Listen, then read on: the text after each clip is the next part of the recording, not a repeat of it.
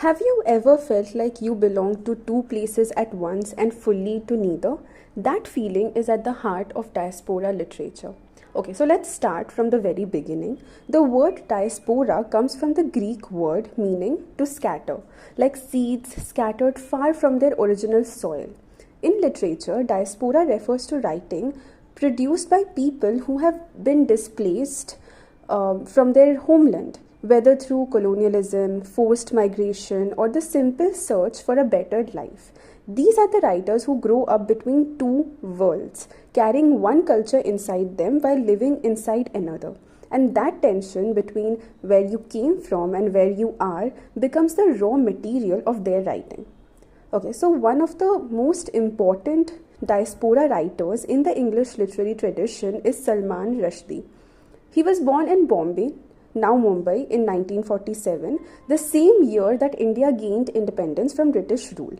That timing is not just a coincidence. Rushdie has said that he and modern India were born at the same moment. And that connection between his personal identity and his nation's history runs through almost everything that he has ever written. He later moved to England, studied at Cambridge, and eventually became one of the most celebrated and controversial novelists of the 20th century. His most important novel is Midnight's Children, which is published in 1981, and the story follows Salim Sinai, a child born at the exact midnight hour of India's independence. And because of this, he is telepathically connected to every other child born in that same hour across the country. Now, on the surface, it sounds like magic realism, right?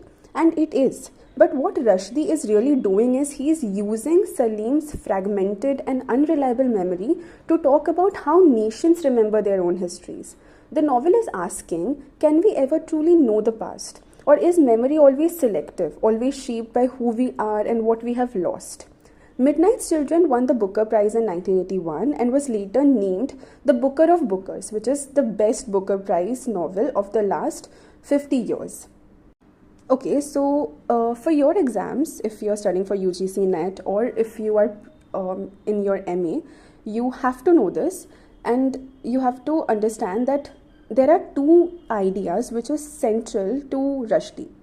The first is the idea of the unreliable narrator. His characters never tell the whole truth because Rushdie believes that no one can. Memory is always broken. The second is that he called it the migrant's double vision. The idea that someone who has left their homeland sees both worlds more clearly than someone who has stayed in either one. The outsider in Rushdie's worldview is not disadvantaged. The outsider sees more, that's what he says. He puts it beautifully himself, and this is a line worth remembering. To be a migrant is perhaps to be the only species of human being free from the shackles of nationalism.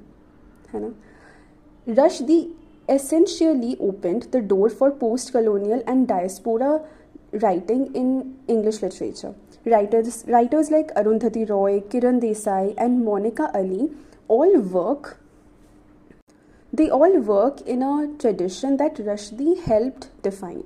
Fiction that takes history seriously, that plays with form and language, and that refuses to tell a single clean, comfortable version of the truth. So if you are someone who is confused about diaspora literature, you need to know that it is the literature of people who carry their homeland inside them long after they have left it. And obviously Rushdie is where you start. So you need to know there are two things that you absolutely should know. One is the migrant's double vision, which I've already talked, and the second one is that memory is always broken.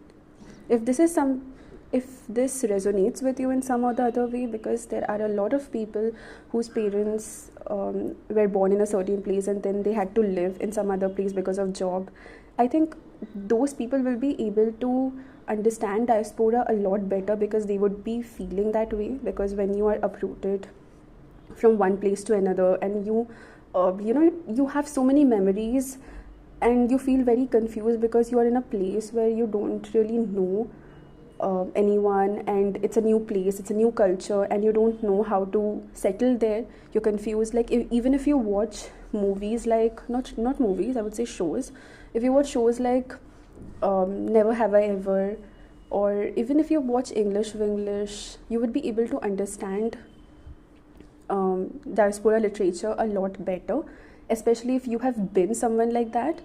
Then you would be able to understand it in a very different way, because you would be able to feel those emotions, that feeling that you don't really belong anywhere. It's like if it's like you don't belong to the place of your birth because you left that place a long time ago, and then you are in a new place, and that culture is also not really yours. You haven't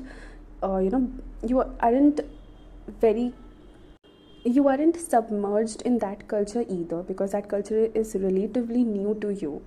So yeah, that is a very good example of diaspora literature. And I'll make another video about how English Winglish can be called a diaspora literature, and that would be coming up next. Thank you. If you like the video, please do like and subscribe.